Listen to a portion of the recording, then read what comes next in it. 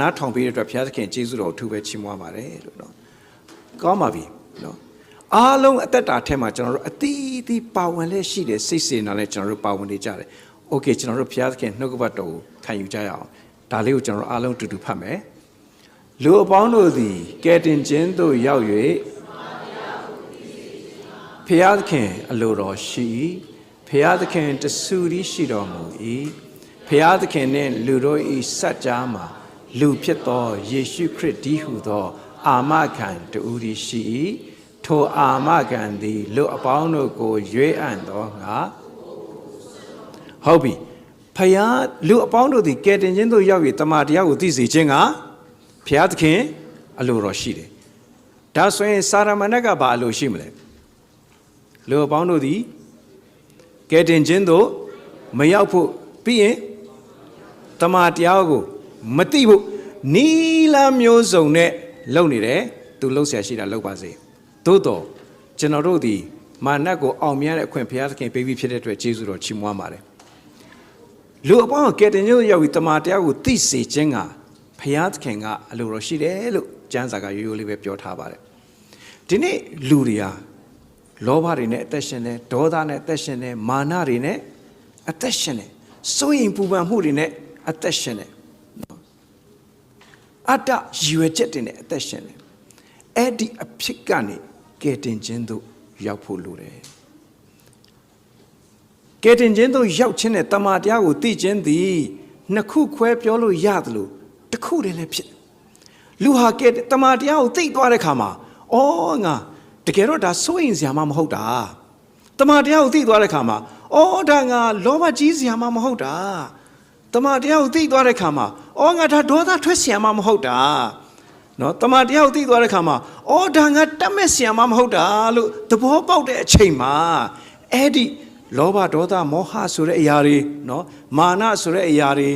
အမှောင်တွေကနေလွတ်မြောက်ရတဲ့အခွင့်ကိုဘုရားသခင်ကပေးနေခြင်းဖြစ်တယ်ဆိုတော့တွေ့ရပါတယ်ဟုတ်ပါပြီဘုရားသခင်တဆူတည်းရှိတော်မူ၏နော်ကျွန်တော်တို့အားလုံးပြောကြအောင်ဘုရားသခင်ဘယ်တဆူရှိလဲတဆူတည်းရှိတယ်နော်တကယ်လို့ဘုရားသခင်အများကြီးရှိတယ်ဆိုရင်တော့သူ့ဘုရားနဲ့သူအစဉ်ပြေနေမယ်လို့ကျွန်တော်တို့လူတိုင်းကိုသတ်မှတ်ပေးလို့ရတယ်ကျွန်တော်တို့သာသနာပြုရတဲ့အကြောင်းရင်းဧဝံဂေလိလောက်ရတဲ့အကြောင်းရင်းနော်အဓိကကျွန်တော်တို့ဘုရားသခင်ကိုကိုးကွယ်ရတဲ့အကြောင်းရင်းသည်အဓိကအကြောင်းရင်းသည်ဘုရားသခင်ဟာတဆူတည်းရှိလို့ပါအဲ့ဒါကျွန်တော်တို့သဘောပေါက်ဖို့ဖြစ်တယ်ဒါပေမဲ့အဲ့ဒီဘုရားသခင်ဟာဘာတူလဲအခုကျွန်တော်တို့ခရစ်ယာန်တွေရဲ့ယုံကြည်ချက်တော်တော်များများကဘုရားသခင်ကိုမကြီးမြတ်စေပဲဘုရားသခင်ကိုအထင်သေးသွားစေတဲ့အရာတွေအများကြီးရှိတယ်တဆူတည်းရှိတယ်ဆိုအတိတ်ပဲတခြားနှိုင်းစရာကိုလုံးဝမရှိဘူးပိုပြီးကြီးတာမဟုတ်ဘူးနော်ဘုရားသခင်ကတခြားဘုရားတွေထက်ပိုပြီးကြီးတာမဟုတ်ဘူးနော်အမျိုးအစားမတူဘူးသူ့လိုဘုရားဟာတဆူပဲရှိတာတခြားလုံးဝမရှိဘူးဒါပေမဲ့ကျွန်တော်တို့ရဲ့ကိုးကွယ်မှုနဲ့ကျွန်တော်တို့ရဲ့အမြင်တွေကတခါတလေဘုရားသခင်အခုများသောအားဖြင့်အပြင်လူတွေကတရားသဘောနဲ့ဆင်ခြင်တဲ့အခါမှာသူတို့ကဘုရားကိုသိတယ်သာပြောတာငါတို့ထက်တောင်ပိုစိုးရိမ်နေပါလားငါတို့ထက်တောင်ပိုတတ်မနေပါငါတို့ထက်တောင်ပိုပြီးလောဘကြီးနေပါလားငါတို့ထက်တောင်ပိုပြီးစိတ်တွေတုန်နေကြပါလားငါတို့ထက်တောင်ပိုပြီးတော့တယောက်နဲ့တယောက်မတည့်ကြပါလားလို့အဲ့ဒီလိုမြင်စရာအကြောင်းများစွာရှိနေတယ်အခုကောင်းပါပြီနော်အဲ့တော့အပြင်ကကြီးတဲ့လူတွေကခရစ်ယာန်ကြီးပြောနေတဲ့ဖယားမေးလိုက်တဲ့ခရစ်ယာန်တယောက်နင်းသင်ဘယ်ရောက်မလဲကောင်းငင်ဘုံဟုတ်ပြီဖယားသခင်ဘယ်မှာရှိလဲ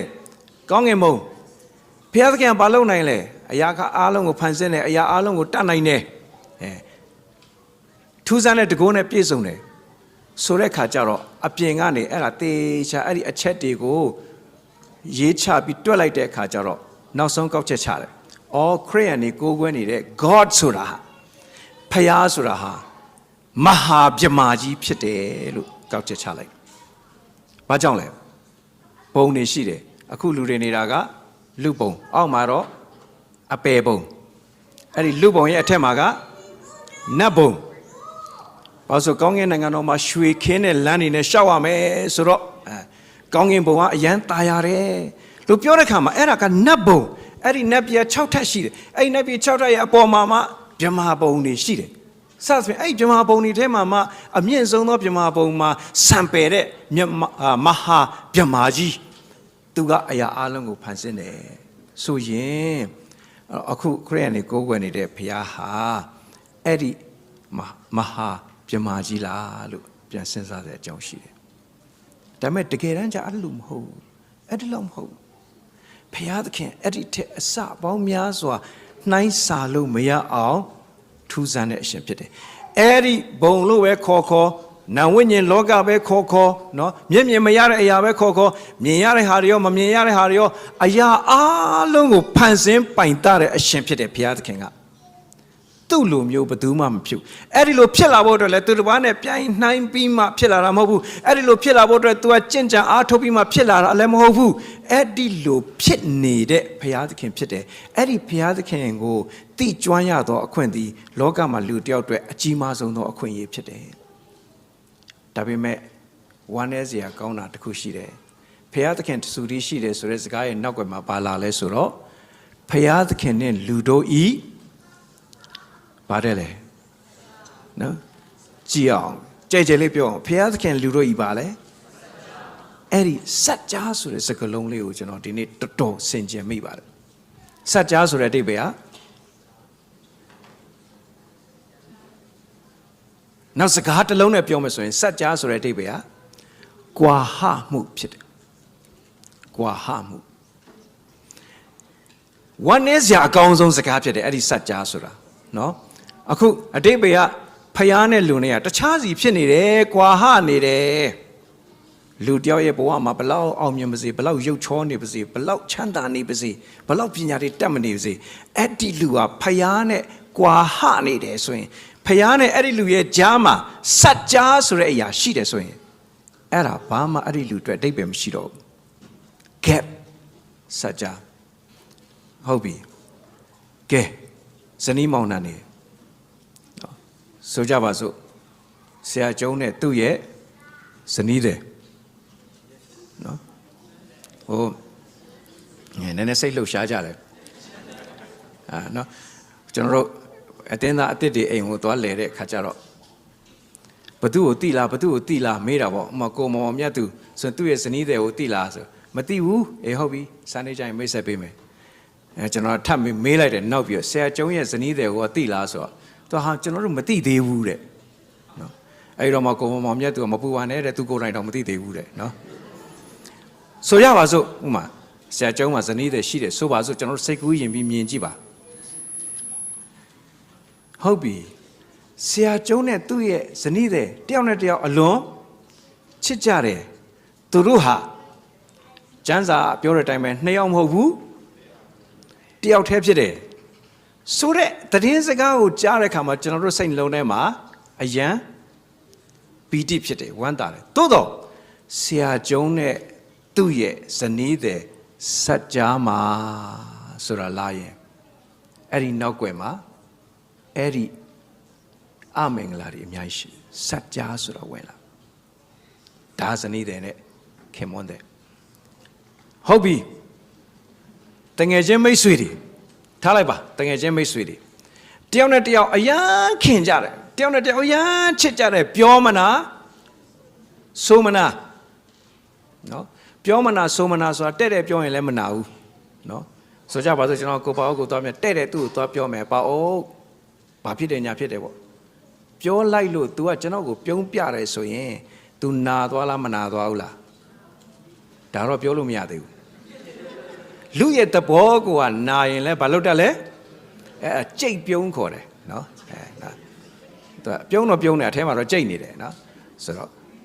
ဒါဥပမာပြောနေတာနော်တချို့ကတကယ်ပြောတာထဲဥပမာကိုပို့ပြီးတော့ခွန်အားရတာလည်းရှိတတ်တယ်နော်ဆိုတော့ဥပမာပြောဆိုတော့အခုကျွန်တော်သူ့ကိုတဲ့သွားပြောလိုက်လို့ तू ကဘယ်လို့ပြောမနာဘူးဆိုရင် तू နဲ့ကျွန်တော်ရဲ့ကြားမှာဘာမရှိဘူးလဲအခုပြောနေတဲ့စကားဘာမရှိဘူးလဲစัจ जा မရှိဘူးအဲ့လိုမနာယုံနေမကဘူးကျွန်တော်ကဆရာကျုံးနဲ့တွေ့တဲ့အချိန်မှာဟာမင်းအဲ့ဒီကိုပါအုပ်ကတော့ကွာဒီကောင်မလွယ်ဘူးဆိုပြီးတော့သူ့ရဲ့မကောင်းကြောင်းတွေကိုကျွန်တော်ကဆရာကျုံးစီမှာတွားပြောလိုက်တယ် အဲ့ဒါကိုကိုပါဦးကပြန်ကြားတယ်အဲ့လိုပြန်ကြားတဲ့အခါမှာကိုပါဦးကဘယ်လိုခံစားလဲစိတ်ထဲမှာနာသွားပြီဆိုရင်အဲ့ဒါပြောမနာဆိုမနာဆိုတဲ့အခြေအနေမှာမရှိတော့အခုကျွန်တော်တို့ယုံကြည်သူတွေအရေးကြီးလို့ကျွန်တော်ဒါတွေပြောနေတာပါနော်ပြောမနာဆိုမနာဆိုတာသူ့တဲ့သွားပြောရင်လည်း तू မနာဘူးပြီးရင်သူ့အကြောင်းမကောင်းတဲ့ဟာကိုတခြားလူစီမှာသွားပြောတာကို तू ပြန်သိရင်လည်းမနာဘူးဘာဖြစ်လို့လဲ तू ကျွန်တော်ကိုချစ်တဲ့အတွက်ကြောင့်ထိုနည်း၎င်းပဲလာပြောနော်ကိုပေါ့လာပြောမယ်ဆရာတရားသာဟောနေတာနော်ဒီကတော့ဆရာဘာဖြစ်နေညာဖြစ်နေတယ်လာပြောကျွန်တော်ကနာသွားတယ်ဆိုရင်နော်ကျွန်တော်ပြန်ဆင်ခြင်ရမယ်ကိုယ့်အကိုတကယ်လို့ तू အပြင်မှာသွားပြီးဟာဆရာဘာညာလို့အဲ့ तू သွားပြောလို့ဆရာအကြောင်းဆိုမကောင်းတာသွားပြောတာကိုပြန်ကြားလို့ကျွန်တော်ကနားတယ်ဆိုရင်လေအဲ့ဒါမဟုတ်သေးဘူးအဲ့ဒီကိစ္စကြောင့် तू နဲ့ကျွန်တော်ရဲ့ကြားမှာဘာဆိုတာရှိသွားပြီလေစัจ जा ဆိုတာရှိသွားပြီဖယားကအဲ့ဒီစัจ जा ဆိုတော့ကိုမရှိစေချင်ဘူးဒါကြောင့်ကျွန်တော်ပြန်ပြောမယ်နော်အခုဖယားသခင်နဲ့လူတို့ဤစัจ जा မှာတဲ့ဗါတဲ့လေလူဖြစ်တော်ယေရှုခရစ်ဒီဟူသောအာမခံတူတယ်ရှိတယ်တဲ့ဒါဆိုယေရှုခရစ်တော်ဆိုတာဘာကြောင့်လောကမှာရှိနေရတာလဲအကြောင်းရင်းတစ်ခုပဲရှိအဲ့ဒါကဘာလဲလူနဲ့ဖယားရဲ့ကြားမှာဘာမရှိစေချင်ဘူးလဲစัจ जा ဆိုတာလုံးဝမရှိစေချင်ဘူးကွာဟမှုဆိုတာလုံးဝမရှိစေချင်ဘူးအဲ့လိုမရှိစေချင်တဲ့အတွက်အဲ့ဒီကွာဟမှုကိုဖြည့်ရှင်းပေးဖို့ရန်အတွက်သခင်ယေရှုသည်လူစားတိကိုခံပြီးလောကကိုကြွလာတယ်ဒါဆိုကြုံတော့ကျွန်တော်မေးပြစေသခင်ယေရှုကလူလားဖယားလားသခင်ယေရှုဟာလူလားဖယားလားကျမ်းစာကိုဖတ်ပြီးပြောပါလူလားဖယားလားဟုတ်ပြီလူလားဖျားလားအပြည့်စုံပြောမယ်ဆိုရင်အဲ့ဒီကိစ္စနဲ့အခုကဘာမှာတော်တော်ညင်းနေကြတယ်နော်လူလားဖျားလားနဲ့ဂိုင်းကနာတွေလည်းအမျိုးမျိုးကွဲတယ်အများကြီးညင်းကြတယ်အဲ့တော့အပြည့်စုံပြောမယ်ဆိုရင် तू ကလူစားတိကိုခံတော့ဖျားဖြစ်ပါတယ်နော်ဥပမာအနေနဲ့ပြောမယ်ဆိုရင်မြန်မာပြည်ကဆရာဝန်တယောက်ဟာဂျပန်ပြည်မှာဇပွဲထိုးသွားလုပ်တယ်ရှိဘူးလားအဲ့ဒါမျိုးရှိချင်းရှိမှာပေါ့ဥပမာပြောတာပါအခုကမြန်မာပြည်ကဆရာဝန်ကဂျပန်ပြည်မှာဇပွဲထိုးသွားလုပ်တယ်ဆိုအဲ့ဒီလူဟာဂျပန်ပြည်မှာဆရာဝန်လားဇပွဲထိုးလားအဲ့လိုဇပွဲထိုးသွားလုပ်တဲ့အတွက်ဆိုကြပါစို့ကျွန်တော်တို့ကိုပေါ့နော်ဩစတြေးလျကိုမရောက်ရှာဘူးသူခင်ဗျာအဲ့နဲ့နောက်ဆုံးနော်ဟိုမိသားစုလိုအပ်ချက်အတွက်ကိုပေါ့ဂျပန်ပြည်မှာဇပွဲထိုးသွားလုပ်နေတယ်အဲ့တော့ကိုပေါ့ကပါလဲစပွဲတို့ကြီးပေါက်နော်ကဘောစပွဲတို့ဖြစ်တယ်ဒါပေမဲ့ तू ကဆရာဝန်မဟုတ်ဘူးလား तू စပွဲတို့သွားလို့တဲ့အတွက်ဆရာဝန်ဆိုတဲ့ဟာတွေပြတ်သွားလားဒါပေမဲ့ तू ကဆရာဝန်ဆိုတဲ့သူ့ရဲ့ဂုဏ်အင်္ဂါကိုတော့ तू ဘာလုပ်ခဲ့ရလဲစွန့်ခဲ့ရတယ်ပြီးတော့ तू ဘာအနေနဲ့နေလဲဒါပေမဲ့ဆရာဝန်နဲ့ဆိုင်တဲ့အတတ်ပညာတွေအားလုံးကသူ့အထဲမှာရှိလားမရှိဘူးလားရှိတယ်ရှိနေစမှပဲလေ तू ကစပွဲတို့အဖြစ်နဲ့ဂျပန်ပြည်ကိုရောက်နေတယ်ဒါဟာနီးစပ်တဲ့ဥပမာတစ်ခုပြတာပါထိုနည်းတူစွာပဲသခင်ယေရှုသည်လူလားဖျားလားအဲ့တော့ तू ကဖျားဖြစ်ခြင်းဆိုတဲ့အခွင့်အာဏာတွေကို तू ကစွန့်လွတ်ပြီးမှလူအဖြစ်နဲ့လောကကိုကြွလာခြင်းဖြစ်တယ်ဟုတ်ပြီနော်ဘာဖြစ်လို့သခင်ယေရှုကကျွန်တော်တို့ခုမကြခင်ပွဲတော်စားတော့မယ်ဘာဖြစ်လို့သခင်ယေရှုခေါင်းကနေသွေးတွေပြန်ကြရလဲနောက်ကြောတစ်ခုလုံးမွားထနေအောင်ဘာဖြစ်လို့ရိုက်ခံတာလဲခြေထောက်နဲ့လက်တွေမှာဘာဖြစ်လို့သခင်ယေရှုကတန်နေနဲ့အရိုက်ခံရတာလဲဘာကြောင့်လဲအကြောင်းရင်းတစ်ခုပဲရှိတယ်ခမည်းနဲ့ကျွန်တော်ကိုဖယားသခင်နဲ့မကွာဟစေခြင်းဥပမာပြောမယ်ဆိုရင်အော်စကာနဲ့ဖျားသခင်ရဲ့ဂျားထဲမှာဘာမရှိချင်ဘူးလဲစัจ जा ဆိုတာမရှိစေချင်ဘူးသူကောင်းကောင်းအဲ့စကားတစ်ခုတော့ရသွားပြီနော်စัจ जा ဆိုတာမရှိတချို့ကအဲ့ဒီစัจ जा ဆိုတာကျယ်လွန်အားကြီးလို့ဖျားเจ้าလည်းတခါမှရောက်မလာတော့ဘူးနော်ပြီးတော့ဖျားเจ้าမရောက်တာထားပါဦးနော်ဖျားနဲ့လည်းစကားပြောဖို့ဆိုတာမရှိတော့ဘူးဖျားဘာပြောလဲဆိုတာလည်းမသိတော့ဘူး မှတ်ထားပါအဲ့ဒီစัจ जा ဟာသူ့တဘာဝအရာဆိုရင်ကြာရင်ဘာဖြစ်တတ်လဲကျဲသွားတတ်တယ်ဥပမာအပေါင်းအသင်းနှစ်ယောက်ဆိုကြပါစို့နော်ဒီမှာဒေါ်နီလာဆွေနဲ့ကိုပါအောင်နဲ့ထိုင်နေတယ်တဖြည်းဖြည်းနဲ့သူတို့နှစ်ယောက်ကြားမှာစัจ जा ဆိုတာရှိလာပြီဆိုရင်လူတွေရဲ့ပြောခြင်းနေဆိုခြင်းနေနဲ့တဖြည်းဖြည်းနဲ့အခြေအနေရအဲ့ဒီစัจ जा ဘာဖြစ်လာနိုင်လဲပို့ပြီးကျဲလာဒါကြောင့်ဒီကနေ့အဲ့ဒီ gap တွေ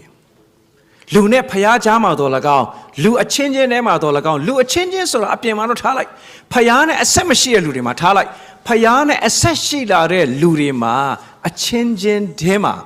ကွာဟမှုဆိုတဲ့အရာမရှိစေဖို့ဖျားသခင်ရဲ့အလိုတော်ဖြစ်တယ်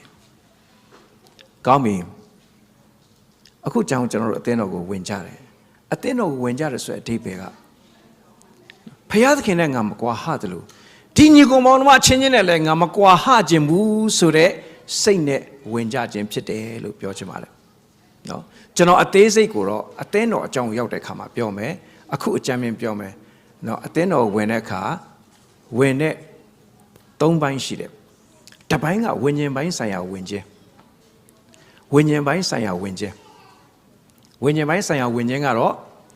သူကတကယ်ဖျားနဲ့အဆက်ရသွားတာဖျားနဲ့မွေ့လျော်ပြီးတော့ဖျားကြောင့်အသင်းတော်ကိုရောက်လာတာဒါပဲပြီးရင်ဒုတိယကစိတ်ပိုင်းဆိုင်ရာဝင်ခြင်းနော်စိတ်နှလုံးကိုကအသင်းတော်ထဲမှာရှိအဲ့ဒီစိတ်နှလုံးကအသင်းတော်ထဲမှာရှိတဲ့အတွက်အဝေးရောက်နေရင်တောင်မှနော်အဝေးရောက်နေတာတောင်မှစိတ်နှလုံးကတော့အသင်းတော်ကိုရောက်နေတယ်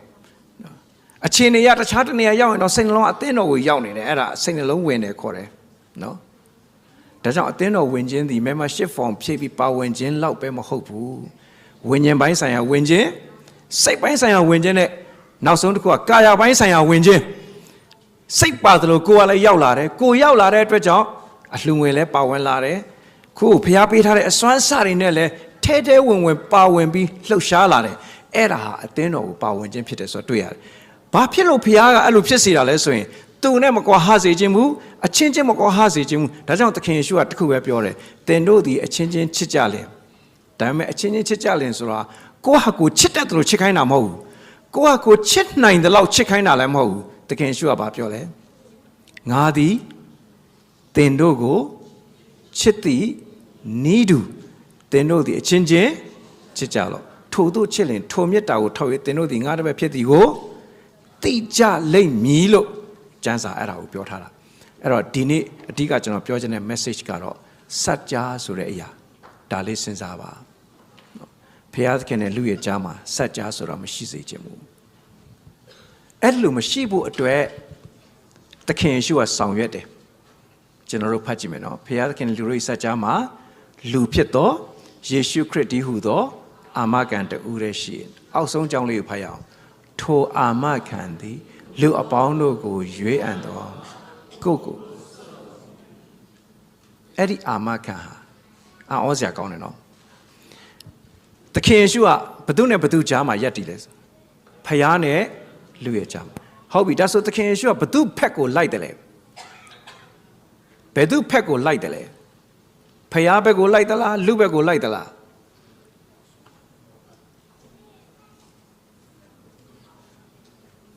ကျွန်တော်စဉ်းစားဖို့လိုတယ်ဖယားဘက်ကိုလိုက်သလားလူဘက်ကိုလိုက်သလားသခင်ယေရှုဟာမှတ်ထားပါဘယ်ဘက်မှမလိုက်ပါဘူးဖယားဘက်ကိုပါပြီးတော့လူကိုစွန့်တာမဟုတ်တယ်လို့လူဘက်ကိုပါပြီးဖယားကိုစွန့်ခြင်းလည်းမဟုတ်ဘူးဘယ်ဟာမှမစွန့်နိုင်တဲ့အတွက်နော်ကျွန်တော်တို့လူတယောက်ကိုဆိုကြပါစို့နော်ဟာလားဆိုကြပါစို့ကျွန်တော်တို့ကိုထန်းစိန်ကိုမတ်တရက်ခိုင်းပြီးတော့ဘေးက2ယောက်ကဟိုဘက်က1ယောက်ကဆွဲမယ်ဒီဘက်က1ယောက်ကဆွဲမယ်ဆိုရင် तू ဘယ်လိုနေမလဲဆွဲမယ်ဆိုရင်အဲ့ဒီအဆွဲကိုမခံနိုင်တော့ဘူးဆိုရင်နောက်ဆုံး तू တစ်ခုလောက်ဆရာရှိအဲ့ဒါဘာလုပ်မလဲတစ်ဖက်ဖက်ကိုသူကနည်းနည်းအားထည့်ပေးလိုက်ဟိုဘက်က1ယောက်ကနော်ပါတော့ပေါ့ဓမ္မမဟုတ်ရင်လည်းဘယ်သူမှမဆွဲနဲ့ကွာဆိုရင်နှစ်ဖက်စလုံးကိုစွန့်ပစ်လိုက်တာအဲ့ဒီလိုဖြစ်တယ်ဒါပေမဲ့သခင်ယေရှုကကြတော့မဟုတ်ဘူးသူကမစွန့်ပစ်ဘူး နှစ်ဖက်စလုံးကိုပါတော့အဲ့ဒီနေရာမှာခံရတဲ့နာကျင်မှုကကျမ်းစာကပြောတယ်ထိုအာမခံသည်လူအပေါင်းတို့ကိုရွေးရန်တော့ငါဘာလုပ်တယ်လဲအဲ့တော့မှတ်ထားပါဘယ်တော့မှဆိုကွာဟမှုကိုစัจ जा ကိုဖြည့်ရှင်းပေးတဲ့လူမှာပင်ပန်းခြင်းနဲ့ဆွန့်လွတ်ခြင်းနဲ့အနစ်နာခံခြင်းဆိုအမြဲတမ်းရှိတယ်တခုရှိတယ်အဲ့ဒီကွာဟမှုတွေကိုပို့ပြီးကွာဟသွားအောင်လုပ်တာကြတော့ဘာမှမစိုက်ရဘူးလေကလေးစိုက်လိုက်ရုံပဲเนาะလေကလေးစိုက်တာနဲ့အဲ့ကွာဟချက်တွေအကြီးကျယ်အများကြီးကွာသွားနိုင်တယ်သို့တော့ဒီကနေ့เนาะကျွန်တော်တို့တကယ်ပြန်ပြီးပေါင်းစည်းစေမဲ့အရာကွာဟမှုစัจ जा ဆိုတဲ့အရာတွေကိုဖြည့်ရှင်းမဲ့သူတွေဟာဘာပဲဖြစ်ဖြစ်เนาะအနစ်နာခံမှုရှိတယ်ဆွန့်လွတ်မှုတွေရှိတယ်အဲ့ဒါတွေကစေတနာစိတ်ရဲ့เนาะစုံလင်သောစေတနာစိတ်ရဲ့လက္ခဏာလေးတွေဖြစ်တယ်ဆိုတော့အဲ့ဒါကိုပြောချင်ပါတယ်အဓိကတော့ဘုရားသခင်နဲ့မကွာဟတယ်လို့ကျွန်တော်တို့အချင်းချင်းလဲမကွာဟဖို့စัจ जा ဆိုတာမရှိဘူးဆိုတဲ့အကြောင်းကိုကျွန်တော်အဓိကဝေငှချင်တာဖြစ်ပါတယ်ဟုတ်ပြီအဲ့ဒီဟာကိုအဲ့ဒီလိုစိတ်စေတနာဒီတရားကိုသိသွားတဲ့အခါမှာရှင်ပေါလုကျွန်တော်ပြန်ပြောမယ်နော်ရှင်ပေါလုကတရားသိတဲ့အခါလူတွေဖျားနဲ့သိစေခြင်းနဲ့ဖျားနဲ့မကွာဟစေခြင်းတော့ဘူးကျွန်တော်အခုမလေးရှားသွားတယ်အပြန်ကြတော့ကျွန်တော်လေရင်လက်မှတ်ကအရန်เนาะကျွန်တော်ကြော်လဲကြော်ညာပြီးပါပြီနောက်ဆိုမလင်တို့စီးကြပါတော်တော်ကောင်းတယ်เนาะအခုကျွန်တော်တို့အတန်းတော်ဇမီတော်မှအခုနာရေးကိစ္စနဲ့မလေးသွားတော့မလင်တို့ပဲစီးသွားတယ်သူကကျေးဇူးတင်လို့เนาะဆရာကျုံးတို့ဆရာတို့ဝယ်ပေးလိုက်တဲ့လေရင်လက်မှတ်သုံးကုံစလုံးကျမတယောက်တည်းတဲ့ခလေးနဲ့အရန်အဆင်ပြေတယ်တဲ့ဒါပေမဲ့တစ်ခုပဲရှိတယ်ခလေးကခရီးစဉ်တစ်လျှောက်လုံးသချင်းဆိုတယ်တဲ့เนาะကြီးကျယ်ငိုတယ်တဲ့အစအဆုံးထိဒါပေမဲ့တဲ့ဟိုကောင်းကောင်းမွန်စီးရတယ်ပေါ့နော်သူရောက်သွားတဲ့အကြောင်းပြောတယ်ကျွန်တော်လည်းဈေးသက်တာလို့ဆိုဝယ်လိုက်တာအပြန်ကြတော့အဲ့လင်မြန်ကဘာလီကိုဝင်ရတယ်ဘာလီကနေပတ်မယ်ဆိုတော့ကျွန်တော်အစတော့ဩခီးစဉ်ရှည်တာပေါ့ဒါပေမဲ့စဉ်းစားဩငါဘာလီမရောက်ဘူးသေးဘူးတော်ပဲဆိုပြီးတော့အတော်ပဲဆိုကျွန်တော်အဲ့ရင်ဘာလီဝင်တဲ့လင်မြန်ကိုကျွန်တော်ရွေးဝယ်လိုက်ဈေးလည်းသက်တာတယ်နော်ကီလိုလည်းရတယ်အဲ့ဝယ်လိုက်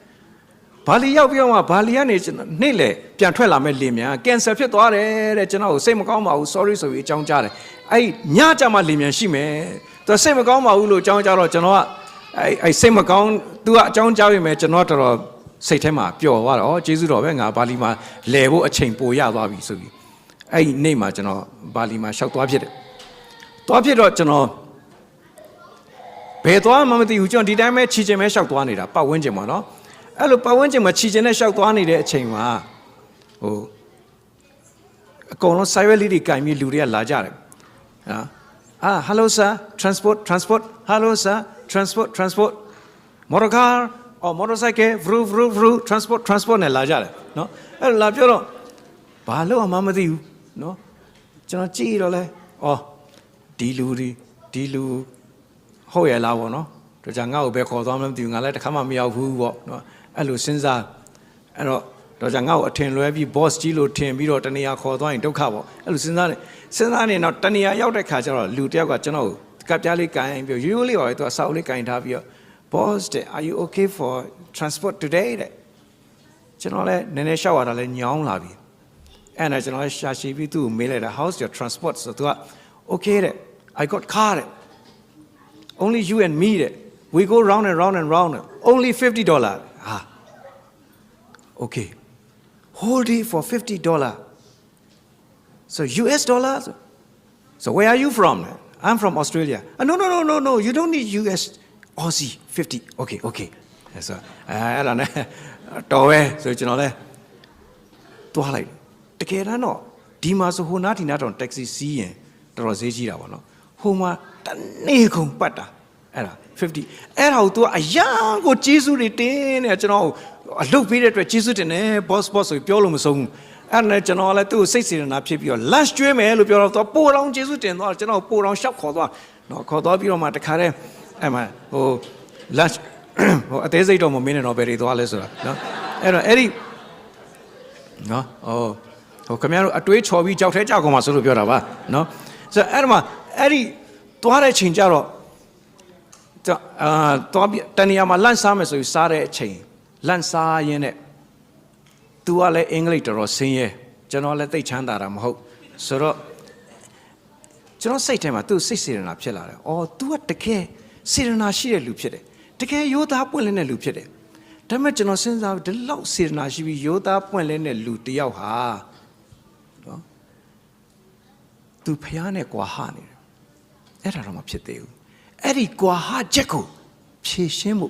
ယေရှုခရစ်တော်ကြွလာတယ်။ကြွလာရဲ့သားနဲ့ယေရှုအသေးခံရဲ့သားနဲ့ရှင်မြတ်ထမြောက်ရဲ့သားနဲ့အဲ့ဒါကို तू ကမသိဘူးမခံစားရဘူးဆိုတော့ကျွန်တော်အဲ့ဒါကိုဘယ်လို့မှမနေနိုင်တော့ဘူးထမင်းစားတော့ကျေးဇူးတော်ကြောင့်ကျွန်တော်တို့မှားတဲ့ဟာတော်တော်ကြာကြာစောင့်ရတယ်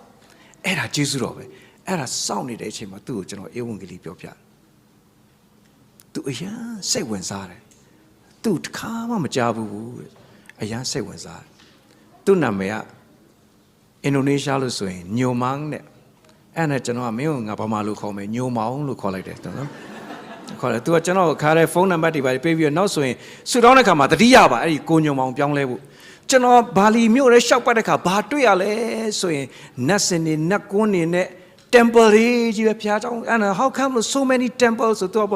every house temple တဲ့သူကဟိုအိမ်တိုင်းခါအော်ကြည့်လိုက်လေရုပ်ထုတွေကလည်းအပြည့်ဘာလီကနော်အသင်းတော်တွေရှိသလားဆိုတော့ရှိတယ်လို့သူပြောပါတယ်နော်ဒါပေမဲ့အဲ့ဒီနေရာမှာမလေးရှားနဲ့မတူတော့ဗမာလူမျိုးတွေတော့သိမတွေ့ရဘူးသူတို့ကျွန်တော်တို့မြန်မာတွေနဲ့တော့တော်တော်လေးနီးစပ်တယ်။အော်ဘာပဲပြောပြောငါတို့အသင်းတော်ကလူတွေလည်းလင်းတက်တာတဲ့ချိန်ဘာလီမှာသွားလဲရင်နားရင်နဲ့အဲ့ဒီမှာသွားပြီးဧဝံဂေလိလောက်ကြရင်တိတ်ကောင်းမှာပဲလို့ဧဝံဂေလိဆရာတွေအားလုံးကိုနှိုးဆော်ကြပါတယ်လို့နော်ဟိုတက်တာတဲ့ချိန်ကျွန်တော်သတင်းပို့ပါမယ်လို့လင်းလက်မှတ်နော်တော့ပြီးရင်ကျွန်တော်အဲ့ဒီလူရဲ့ကပ်ပြားလေးပါပေးလိုက်ပါမယ်သူတနေ့ကုန်ရှောက်ပို့ပါလိမ့်မယ်လို့နော်ဆိုတော့ပြောချင်တာကကျွန်တော်စိတ်ထဲမှာအဲ့ဒါလေးခံစားပြီးကျွန်တော်သူ့ကိုဝေငှခဲ့တယ်ပြန်လာတော့လဲဖုန်းဆက်တယ်သူကျေးဇူးတင်လို့အဆက်အသွယ်ရတယ်တနေ့သူယုံကြည်သူဖြစ်လာမယ်ကျွန်တော်မျှော်လင့်တယ်ပြီးရင်သူ့အားဖြင့်တခြားလူတွေလည်းပြောင်းလဲလာပြီးတော့သာသနာလုပ်ငန်းမှာဖြစ်လာလိမ့်မယ်လို့ကျွန်တော်မျှော်လင့်တယ်နော်အဲ့တော့ကျွန်တော်တို့ကအပျော်ခရီးထွက်ရမယ့်လူတွေမဟုတ်ဘူးဘယ်လိုပဲထွက်ဧဝံဂေလိခရီးစဉ်ထွက်ဖို့ဖြစ်တယ်ဆိုတော့ကျွန်တော်ခံစားရတယ်ရှင်ပေါလုရဲ့ feeling ကိုကျွန်တော်ခံစားရတယ်ပေါလုကအဲ့ဒါကြောင့်သူကဒါကိုသိတဲ့ခါကျတော့အဲ့ဒီအတွက်သူ့ရဲ့တက်တာနောက်ဆုံးခေါင်းဖြတ်တက်ခံတဲ့အထိနော်အဲ့ဒီစိတ်စေတနာနဲ့အသက်ရှင်သွားရုံနဲ့မကဘူးသူကလူတစ်ယောက်ကိုထပ်မိတ်ဆက်ပေးတယ်ဖတ်ကြည့်အောင်ထို့သောတင်တို့၏အကျိုးကိုပြုစုခြင်းသောစေတနာစိတ်ကိုဖျားသခင်သည်တိတုအားလည်းပေးတော်မူသောကျေးဇူးတော်ကြီးလာပေ၏ထို့သူသည်ငါတိုက်တွန်းသောစကားကိုနားထောင်သည်သာမကအလွန်စေတနာစိတ်အားကြီး၍တင်တို့စီတို့အလိုအလျောက်နာမည်လေးတစ်စိတ်အမင်းရှိပါအောင်တိတုကိုမိတ်ဆက်ပေးတယ်ဒီတိတုကလူငယ်ကလေးပဲဖြစ်တယ်ဒါပေမဲ့တိတုကိုကြည့်လိုက်ရင်ဘာတွေ့ရလဲဆိုတော့တင်တို့၏အကျိုးကိုပြုစုခြင်းသောစေတနာရှိနေတယ်နော်အကျိုးကိုပြုစုခြင်းတဲ့စေတနာနော်အယံမင်္ဂလာရှိအဲ့ဒီစကားကနော်အခုကိုယ်ဘေးမှာရှိတဲ့လူကိုလှည့်ကြည့်ပြီးမေးပါခမည်းအကျိုးအတွက်ကျွန်တော်ဘာလုပ်ပေးရမလဲလို့မေးပေးပါနော်ဒီနေ့လူတွေရဲ့အတ္တဟာနော်လူတွေရဲ့အတ္တဟာကိုယ့်အကျိုးအတွက်ပဲစဉ်းစားတာလိုက်ဆိုပါလူပေါင်းတို့သည်ယေရှုခရစ်ရဲ့အကျိုးကိုမရှာကိုယ့်အကျိုးကိုသာရှာကြ၏ဟုတ်ပြီကိုယ့်ဘေးမှာရှိတဲ့ညီကောင်မောင်တို့ကချင်းချင်းမေးပါငါအသက်ရှင်နေတာမင်းအတွက်အကျိုးရှိရလားလို့မေးပါ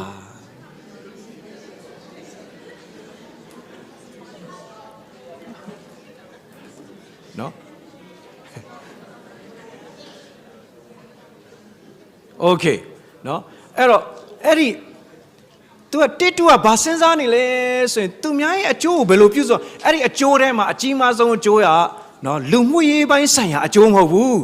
ဝိညာဉ်ပိုင်းဆိုင်ရာအကျိုးလူမှုရေးပိုင်းဆိုင်ရာအကျိုးကျေးဇူးကတော့အခုတည်ငါအတွက်ဖြစ်တယ်ဝိညာဉ်ပိုင်းဆိုင်ရာအကျိုးကျေးဇူးကထာဝရအတွက်ဖြစ်တယ်အဲ့ဒါကိုပြုစုခြင်းနဲ့စေတနာစိတ်ကိုဘယ်လိုလုပ်သူကရတယ်လဲကျမ်းစာပြောတယ်ဖျားသခင်သည်တိတုအားလဲပြီးတော့ပေါလုကသူ့အထဲမှာအဲ့ဒီစေတနာဖျားထည့်ပေးတာခံစားရသလိုတိတုအထဲမှာလည်းအဲ့ဒီစေတနာရောက်သွားတာကို तू မြင်တော့အယံကျေးဇူးတော်ချီးမွမ်းတယ်အဲ့တော့စေတနာရှိတာရင်လည်းကျမ်းစာပြောတယ်ငါတိုက်တွန်းသောစကားကိုထိုသူသည်နားထောင်သည်သာမကဆိုတိုက်တွန်းလို့ရလားမရဘူးလားရတယ်ဒါပေမဲ့တိုက်တွန်းလို့တော့မဟုတ်ဘူးတဲ့ဆက်ပြောတယ်နားထောင်သည်သာမကအလွန်စေတနာစိတ်အားကြီးပြီးတော့ တင်းတို့စီကိုအလိုလိုသွားတယ်တိုက်တွန်းစရာမလိုတိုက်တွန်းစရာမလိုအလိုလိုသွားတယ်လောက်ပါအတင်းတော်မှာပါဝင်ပါအမျိုးသမီးကဏ္ဍမှာပါဝင်ပါအမျိုးသားကဏ္ဍမှာပါဝင်ပါဆိုတော့ခုနပြောသလိုဖြည်းဖြည်းပဲပြောရမှာလားအနေတော်ပဲပြောရမှာလားခက်ကြမ်းကြမ်းပဲပြောရမှာလားဒါပေမဲ့ဒါတွေလုံးဝမရှိဘူးတိုက်တွန်းစရာကိုမလိုပဲနဲ့ခုနပြောလို့နော်တချို့တွေကဘယ်လိုပြောမရဘူးတချို့တွေကဘယ်လိုမှကိုပြောစရာမလိုတာအလိုလိုအတွင်းထဲကစိတ်စေတနာကတွန်းနေတယ်တဲ့အဲ့ဒီလိုဖြစ်ဖို့အားလုံးကိုဘုရားသခင်လှုပ်ဆောင်နေပါတယ်လို့ကျွန်တော်ယုံကြည်တယ်အဲ့ဒီအတိုင်းလဲဖြစ်လာပါလိမ့်မယ်လို့ကျွန်တော်ကြော်ညာချင်ပါတယ်ရပါပြီဒါလေးနဲ့ကျွန်တော်တို့ညီကုန်းချုပ်မယ်ဖတ်ရအောင်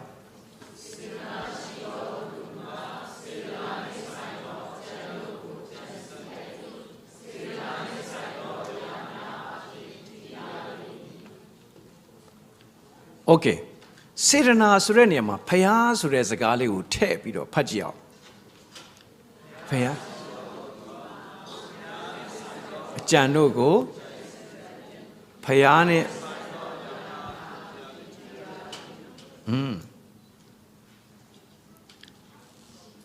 စေတနာရှိတဲ့လူဟာတဲ့ဘာကိုကြံစီမလဲ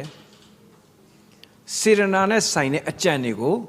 ကြံစီမယ်စေတနာနဲ့ဆိုင်တဲ့အရာအဖြစ်အဲ့ဒီလူကယက်တီလိမ့်မယ်တဲ့ stand firm ယက်တီလိမ့်မယ်လို့ကျမ်းစာအဲ့လိုပြောတယ်ကိုဘာနဲ့ယက်တီနေတယ်လဲဆိုတဲ့အရာပေါ့နော်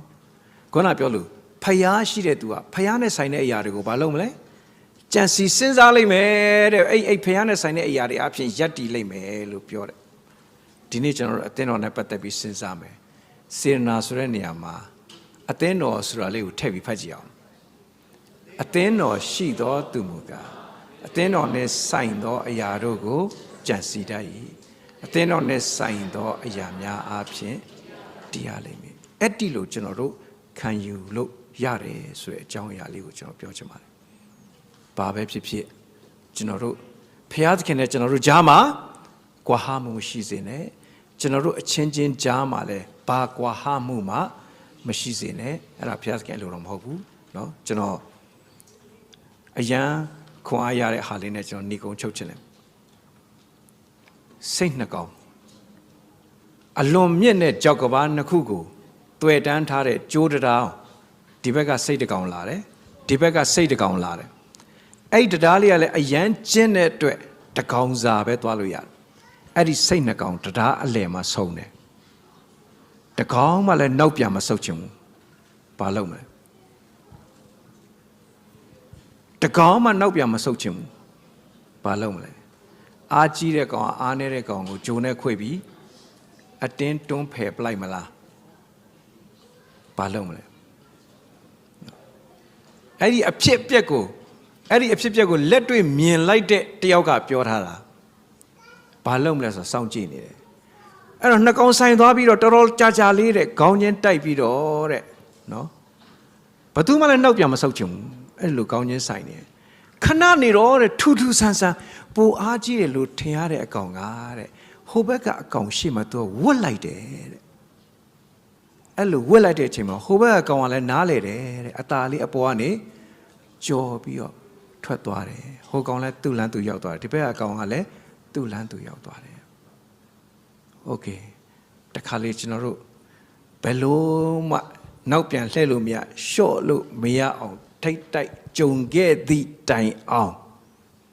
ဘာလုပ်လို့ရလဲဘာလုပ်လို့ရလဲနှိမ့်ချလိုက်လို့ဖြစ်တယ်ဆိုတော့သခင်ယေရှုကသူ့ရဲ့နှိမ့်ချခြင်းတက်တည်ကျွန်တော်တို့ကိုထူခဲ့တဲ့ပွဲတော်မှာကျွန်တော်တို့ဝင်ကြရအောင်ပွဲတော်မှာကျွန်တော်တို့သူတို့ကဝင်ရဲ့ဘုရားသခင်ကကျွန်တော်တို့ ਨੇ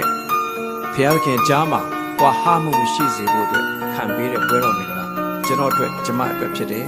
ကျွန်တော်ကျမဒီလဲကွာဟမှုရှိသမျှကိုဖြည့်ရှင်းဖို့ဆိုတဲ့အရာနဲ့เนาะကျွန်တော်တို့ပွဲတော်မင်္ဂ